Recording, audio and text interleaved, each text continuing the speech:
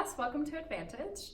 I'm Huntsinger, and today we're going to be talking about the role of sociological theory in our field. Theory, where data comes to life. Theory helps sociologists make sense of facts. So without theory, a fact is just a fact, right? And we need theory in order to help interpret facts. So we're going to be talking about the three major sociological paradigms that are used in sociology.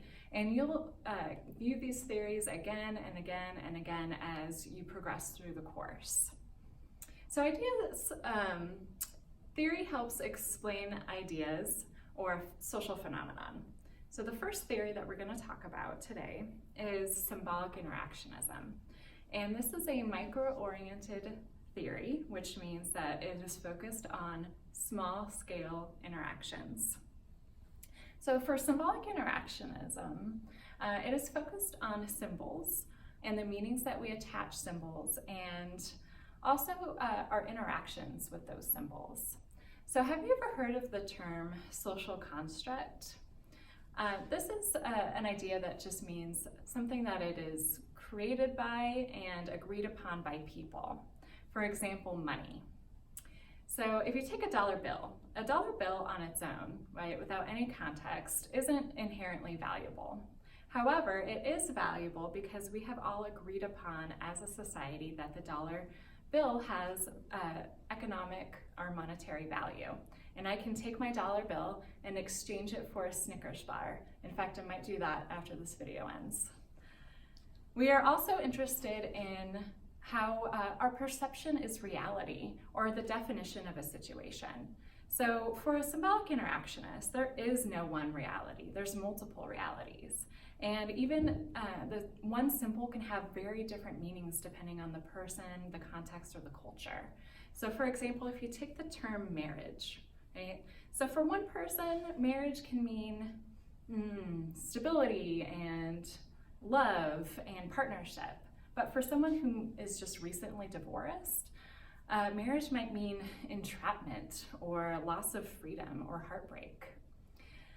Also, it's important to note that as a society, our views on marriage are shifting, where more and more people are deciding not to enter this institution at all. So a sociologist would be interested in why that's happening as well. The next theory that I'm going to discuss is a macro-oriented theory, which means it tries to explain broad phenomena. This is called structural functionalism. And structural functionalism is from Emil Durkheim, who was an early sociologist's work. And he said that society is kind of like a puzzle, with all of these intertwining pieces working together in order to maintain the stability or the functioning of the whole of society. So for example, all of the pieces of society, including the family, the criminal justice system, the government, education, all of those institutions work together to make a complete whole society. For structural functionalists, change is not required, and in fact, this theory is most likely to uphold the status quo. However, dysfunctions do happen in society, and when dysfunctions happen, society has to fix those dysfunctions in order to return to a state of stability and order. So for example, if the criminal justice system has a lot of inequality, this can negatively impact families. Or if the education system is failing, this could negatively impact the economy. And so all of these interdependent parts must work well together. You can kind of think of this too like the human body. We have all of these systems and these organs and bones that all work together to keep the human body functioning. If something goes wrong, your tummy starts to hurt, you might go to the doctor, go to the pharmacy, or just get some rest because it can impact your overall functioning. The final theory, or theoretical paradigm, that we're going to be discussing today is called conflict theory.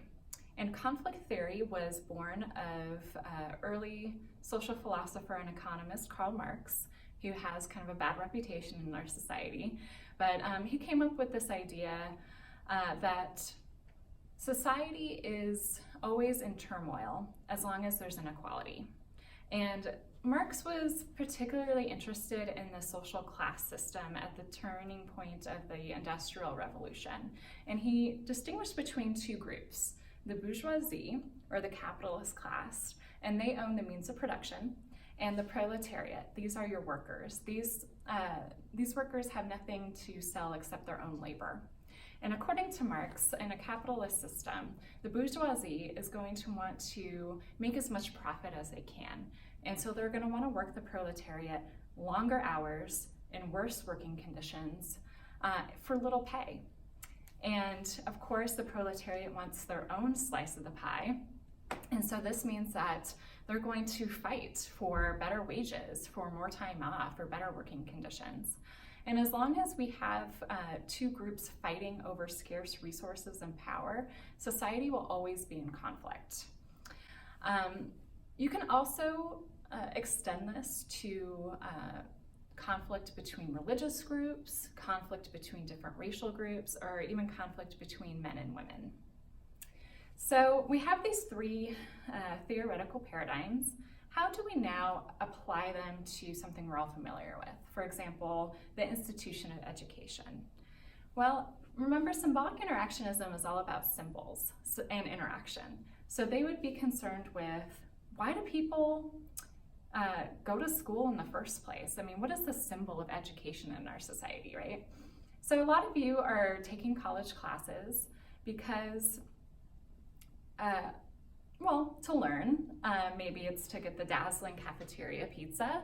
Maybe it's to join clubs on campus. But a lot of you are here because of the value of a degree that our society has agreed upon, right? So as long as society still views a college degree as something that is valuable, you will continue to enroll, and I will continue to have a job. So thank you. Also, symbolic interactionists are interested in how people's sense of themselves emerges from interactions between students and teachers. So for example, if you ever had a teacher who just treated you poorly, or who treated you like they had low expectations, that could greatly influence your confidence and your self-esteem. Okay, so how would a functionalist look at education? Well, they would look at the purpose of education and what it serves. What does it do for society? So it teaches you minimum skills of reading, writing, arithmetic, but it also teaches you how to meet deadlines, how to be punctual. All of these skills are valuable in the workplace later on. Also, it has hidden or latent functions, such as being a meeting place to meet your future spouse. Have you ever heard of a college sweetheart or a high school sweetheart? Also, it's a place where you can send your children for daycare while you go to work from 9 to 5. So if the functionalist is concerned with the what education does for society, conflict theorists would be interested in how the education system reproduces class inequality. So it's no secret in our culture that some schools are better than others, right, with varying degrees of resources and quality of teachers and experience of teachers. So they would be interested in how does the upper class get to reproduce the class structure with education, for example, sending their kids to Ivy League schools. Also, they'd be interested in how does the ideology that is taught in education reproduce a class structure. For example, a very common ideology in the United States is that if you work hard, if anyone works hard, you can get ahead. Right? And so that places the blame, if you don't get ahead, on the individual instead of the inequities in the system. A conflict theorist might also be interested in the recent college admissions scandal of celebrity parents buying their children into admissions into elite schools. So for a conflict theorist, our meritocratic system isn't really based on meritocracy, but it's based on the privileges and advantages that you already have. So that is the last paradigm that I'm going to talk to you about today. And tune in for our next video, which is going to be all about culture. Thank you for tuning in. Bye.